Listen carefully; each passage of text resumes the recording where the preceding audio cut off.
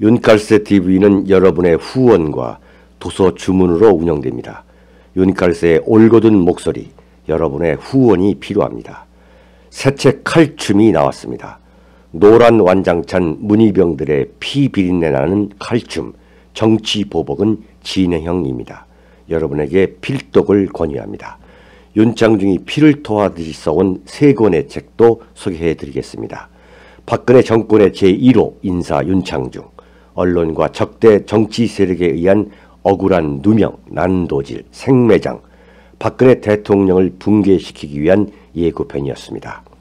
2013년 5월부터 2016년 5월까지 3년간 죽음보다 더 암담하고 참혹했던 집거와 은둔, 윤창중은 어떻게 인간적 정치적 시련을 극복하고 세상에 다시 돌아왔는가? 생생한 육필기록 윤창중의 고백 피정입니다. 세상에 다시 나와 대한민국 쓰레기 언론을 상대로 과감히 혁파운동을 전개하면서 자유민주주의 체제를 지켜야 한다고 외쳐댄 그의 피맺힌 절규 2017년 12월입니다. 박근혜 대통령의 탄핵, 파면, 구속의 격동기, 박근혜를 지키지 못하면 대한민국을 지킬 수 없다. 그가 토해낸 리얼한 칼럼 운명입니다. 도서주문은 010-8881-4649로 연락 바랍니다.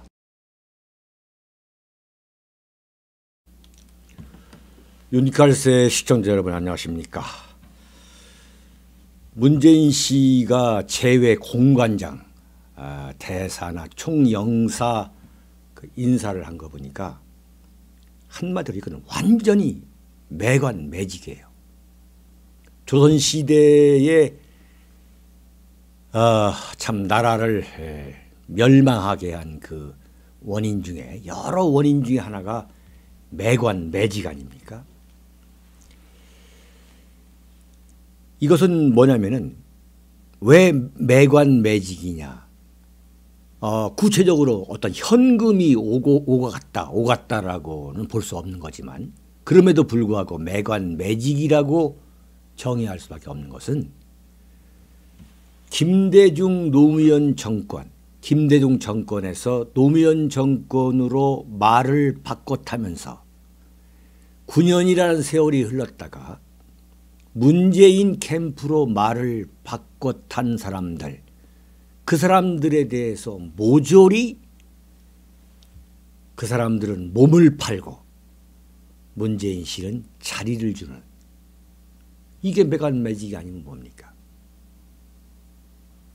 완전히 이건 문재인식 매관매직이다 이거죠. 김대중 노무현 정권 시절에 그 한자리 했던 사람들, 그러나 9년이란 세월이 흐르면서 참 세상에 파묻혀 있다가 뭐 여러 가지 일은 했죠. 뭐 노무현 재단에서 뭐 일한다던가 하는 식으로. 그러다가 문재인 대선 캠프에 이 몸을 담았던, 한마디로 말하면 김대중 노무현 정권의 찌꺼기 인사들, 그 찌꺼기 인사들을 그냥 모조리 심은 거죠. 대사 한 자리씩 준 거예요. 아프리카에서도 정말 나라다운 나라에서는 이런 인사가 없습니다.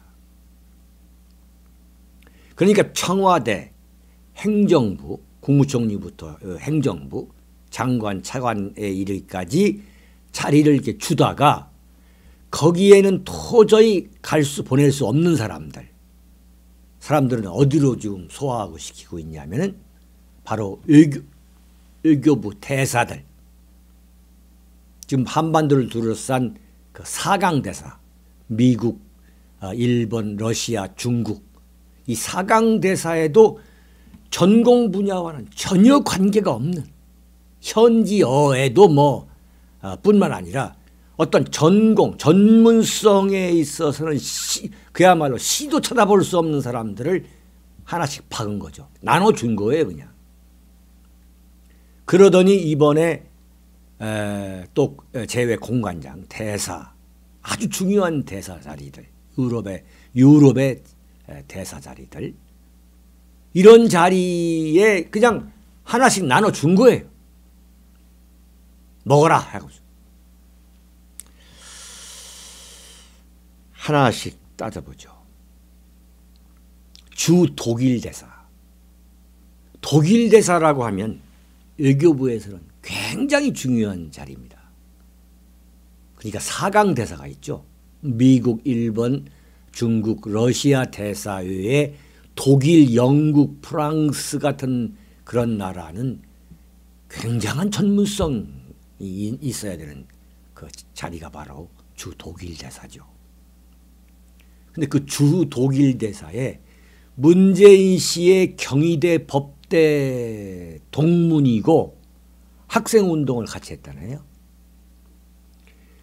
여러분, 정범구라고 열린우리당 국회의원 했던 사람이 있습니다. 이 양반이 주 독일 대사로 갔습니다. 주 독일 대사. 한마디로 염치가 없는 인사, 염치가 없는 인사예요. 그래, 정권 잡았다. 한 자루씩 나눠 갖는 거야. 완전히 굶주린 이리떼들이 그냥 때를 만난 거죠. 굶주린 이리떼들의 참 전성기예요. 후한무치예요. 전혀 부끄러움이 없죠. 정말 이렇게 통탄할 수밖에 없는 저의 처지가 참 안타깝다고 참 말할 수밖에 없는 이 참 암담한 시절입니다. 정범구란 사람이 참 주 독일 대사가 될 거라고 제가 참 꿈에도 상상 못했습니다. 아마 이 사람도 그렇게 생각했을 거예요. 아, 내 친구 문재인이가 대통령이 되니까 참 독일 대사, 내가 유학하던 시절에 그 엄청나게 보였던 독일 대사가 내가 독일 대사가 되는구나 자다가 꼬집어 봤을 거예요. 이러고서도 대한민국이 건재하다는 것은, 건재할 것이라는 것은 그건 기적이지요. 그럴 리가 없습니다. 큰 대가를 치를 겁니다.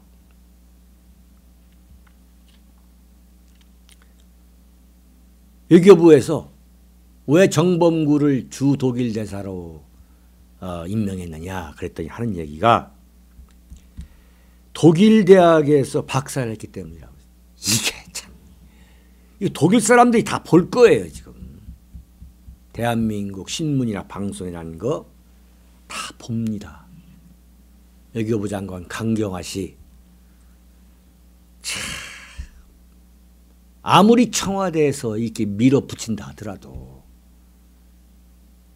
강경화 당신의 손으로 임명하는 거 아닙니까?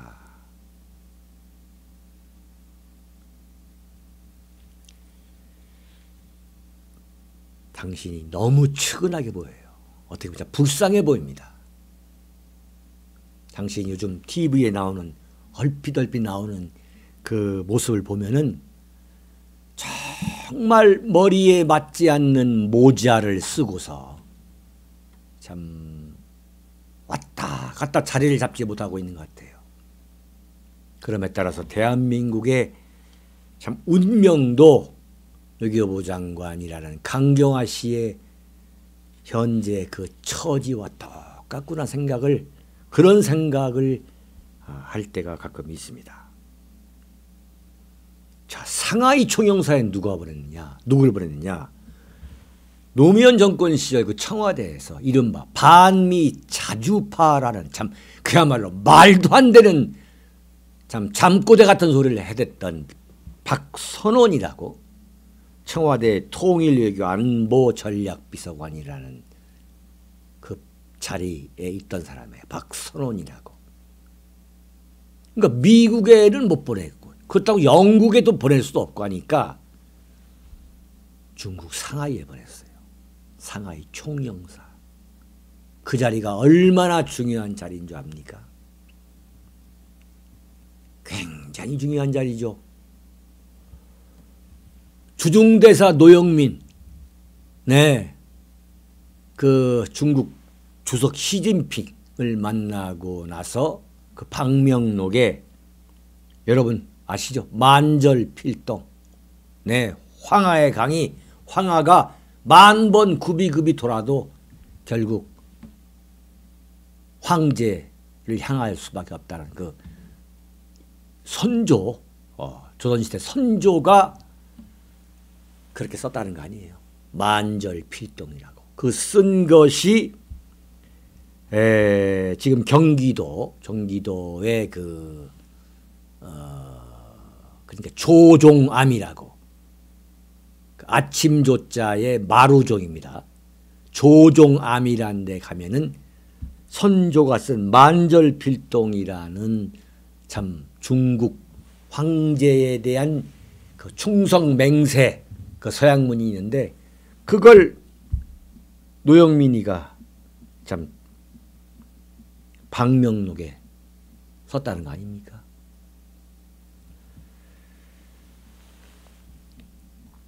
상하이 총영사에는 반미 자주파의 상징이라고 하는 박선원이, 그리고 베이징 주중대사에는 만절필동이라고 충성서약하는 참 중국 황제 시진핑에 대한 충성서약 아니겠어요? 두 사람 앞으로 죽이 잘 맞을 겁니다.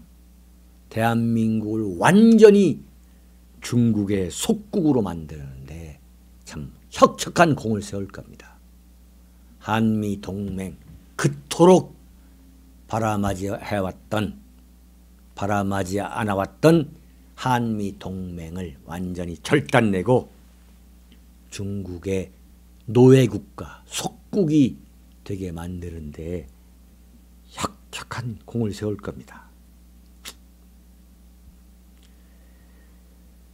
조윤창족은 역사는 반드시 이들을 엄히 다스릴 것이라고 믿는다고 말하는 것으로 저 스스로를 위로할 수밖에 없는 상황임을 참 개탄하지 않을 수 없습니다.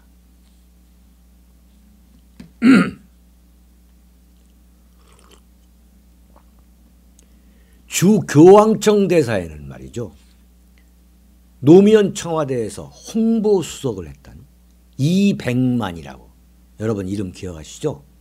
한 번 들으면 잘 잊혀지기 어려운 이백만이라는 기자 출신이에요. 기자 출신을 교황청, 바티칸 대사로 임명했습니다. 왜 바티칸 대사로 임명했느냐라고 물어보니까 외교부에서 하는 말이,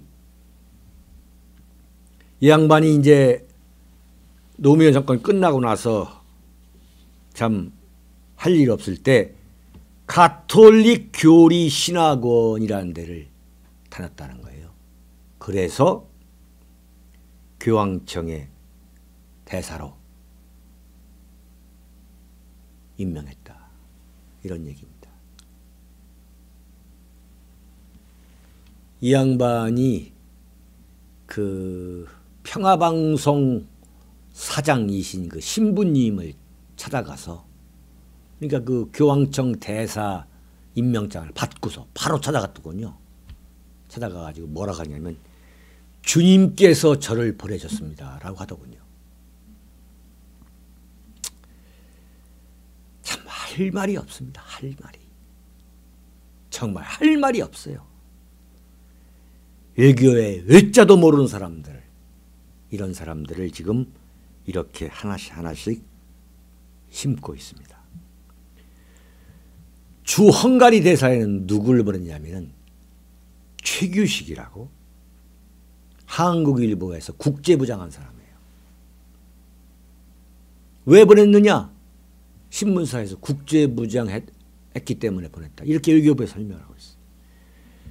노르웨이 대사, 여기도 간단한 나라가 아닙니다. 우리와 무역관계가 아주 많은 나라죠. 노르웨이 대사에는 김대중 청와대에서 그 총무비서관을 했던 여성 그 박금옥이란 사람 나중에 국회의장 비서실장을 했죠. 왜 보냈느냐? 국회의장 비서실장을 하면서 국제 경험을 쌓았기 때문에 대사로 보냈다고 합니다. 참 피가 거꾸로 솟죠. 정말 완전히 권력을 말아먹고 있습니다. 이런 인사를 보면서 외교부에서 지금 근무하고 있는 그 젊은 사무관 또는 서기관들 이런 분들한테 한번 좀 물어보고 싶어요. 어떻게 생각하십니까, 여러분은? 대사 자리라는 것은 원래 그런 자리다라고 그냥 별 대수로운 일이 아니다 이렇게 넘어가고 있습니까? 아니면은 이런 나라는 정말 희망이 없다. 내가 왜 이런 나라를 위해서 내 몸과 마음을 바쳐야 되느냐, 왜 내 영혼을 바쳐야 되느냐라고 절망하고 있는 겁니까? 어쨌든 이런 외교부에 다니고 있는 젊은 사무관이나 서기관들이 너무 불쌍해 보입니다. 한마디로 너무 불쌍해 보여요. 제가 김대중 노무현 정권 시절에 이런 생각을 해본 일이 있습니다. 내가 일생에서 제일 잘한 것은 고등고시를 하지 않은 것이다. 저는 뭐 고등고시를 해서 뭐 판검사가 되거나 또는 공무원이 되어보겠다는 생각은 단 한 번도 해본 일이 없는 사람인데 거듭거듭 제가 김대중 노무현 정권 10년 동안에 그 수많은 인사를 보면서 김대중과 노무현의 인사를 보면서 그런 생각을 했었거든요. 내가 정말 고시 일을 하거나 또는 공무원이 되겠다는 생각을 공무원이 되지 않기로 한 것은 정말 잘한 선택이구나 라는 생각을 했는데 참 저도 자식을 키우는 아버지입니다만 제 자식들이 참 공무원 하겠다고 하지 않은 거 참 고마운 마음이 들어요. 만약에 제 자식들이 지금 공무원을 하고 있다면은 참 옆에서 뭘 볼 때 참 안쓰러웠을 텐데. 그리고 공무원의 그 인사라는 게 뭐냐? 공무원의 목숨과 같은 인사라는 것은 공무원은 인사를 위해서 일하는 거 아닙니까? 진급을 위해서. 자신들의 목숨을 이런 자들에게 맡겨야 된다는 거. 참 안타깝다라는 표현은 너무 안이한 표현이죠. 네. 여러분들의 이 젊은 대한민국 관료들, 지금 사무관, 서기관 이런 분들에게 참 개인적으로 미안합니다. 네. 이런 인사도 있었어요. 가수 정태춘 씨의 매니저를 했던 사람을 대한민국 K-팝, 한류를 총관장하는 그 한국 콘텐츠 진흥원이란 게 있죠. 그 진흥원장에 시켰습니다. 네. 이 사람이 누구냐면은 청와대에서 문재인 그 대통령 행사를 총괄 기획하는 탁현민 선임 행정관이 연예기획사에 있었다는 거 아니에요? 좌파 연예기획사. 그러니까 가수 윤도현, 저랑 같은 파평유씨입니다만, 네, 그 윤도현과 개그맨이라는 그 김재동을 그 기획사, 그 연예 기획사 그 대표를 이제 한국 콘텐츠 진흥원장에 시켰는데 그 연예기획사에 탁현민이가 이사로 근무했더라고요. 제가 그 인터넷에 들어가서 그 확인을 해보니까 참 기가 막힌 나라입니다. 지금 기가 막힌 정권을 우리가 지금 만났어요.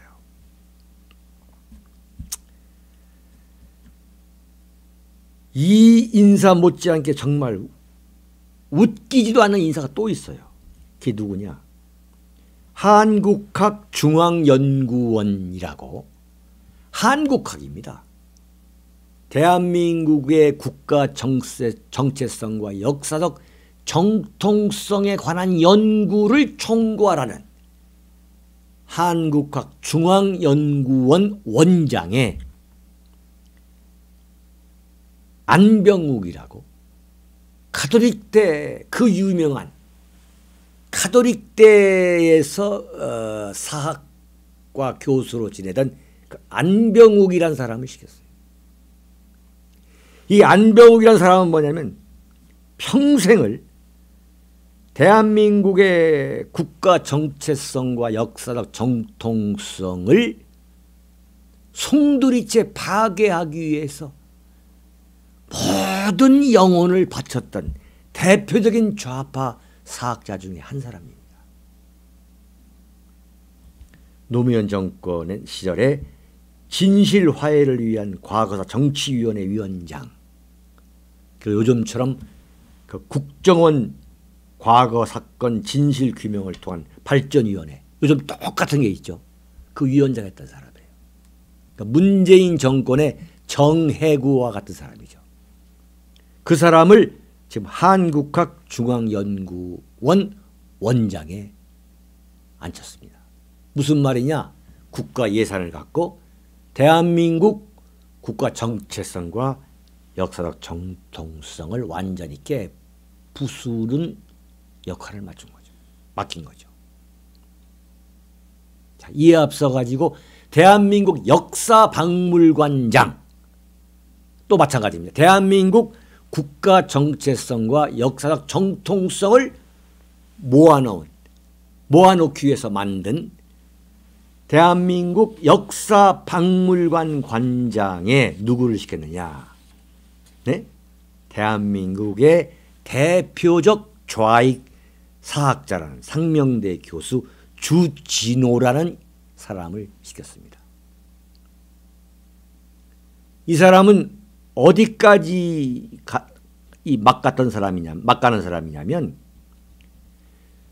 1948년 유엔이 대한민국을 유일한 합법정부라고 인정한 거 아닙니까? 그래서 5월 30일 그야말로 총선도 치르게 된 거고, 1948년에.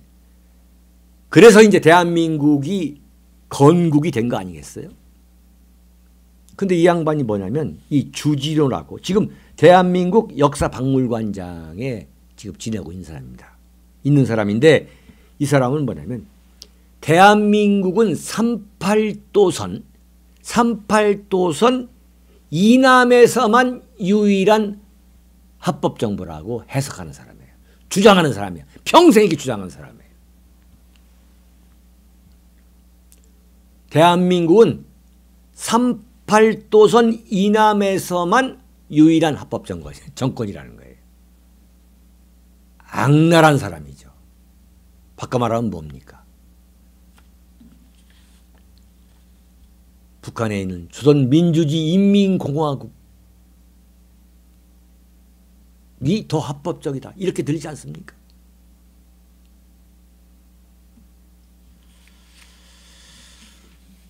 문재인 세력은 내년 5월에 노무현 자살 10주기를 맞이해가지고 그 고향인 봉하마을에 노무현 기념관을 세우기로 했습니다. 들어가는 예산이 138억 원입니다. 그 노무현 씨가 대통령을 마치고 그 자신의 고향에 들어갈 때에 그 투입됐던 예산, 그 엄청난 예산입니다. 그 앞에 기차까지, 기차. 그다음에 기차까지 만들었고, 그 철도까지 놓았고, 거기에 그 진영역이라는 걸 만들어놨잖아요. 거기에 들어가는 그 예산을 다 합치면 정말 대한민국 예산이 엄청나게 들어간 거죠. 근데 그것도 부족해서 138억을 또 투입해가지고 노무현 기념관을 세운다는 거예요. 지난해 박정희 대통령 100주기 기념 우표, 탄생 100주기 기념 우표 한 장 발행하지 못하게 했던 참 악랄한 이 정권이 자신들의 주군인 노무현에 대해서는 이제 기념관까지 설립합니다. 노무현보다 박정희 대통령이 더 대접받지 못하는 대한민국. 정말 어찌해야 하겠습니까? 이토록 불공정한 일들이 매 순간 벌어지고 있고, 이토록 불공정한 일들이 이어지고 있는데도 대한민국은 아무 일 없다는 듯이 평온하게 매 순간을 이어가고 있습니다. 이러고도 대한민국이 그 대가를 치르지 않는다면, 이러고도 한반도를 굽어보는 역사의 신이 존재하지 않는다고 봐야 합니다. 윤갈세 시청자 여러분, 여기에서 마치겠습니다.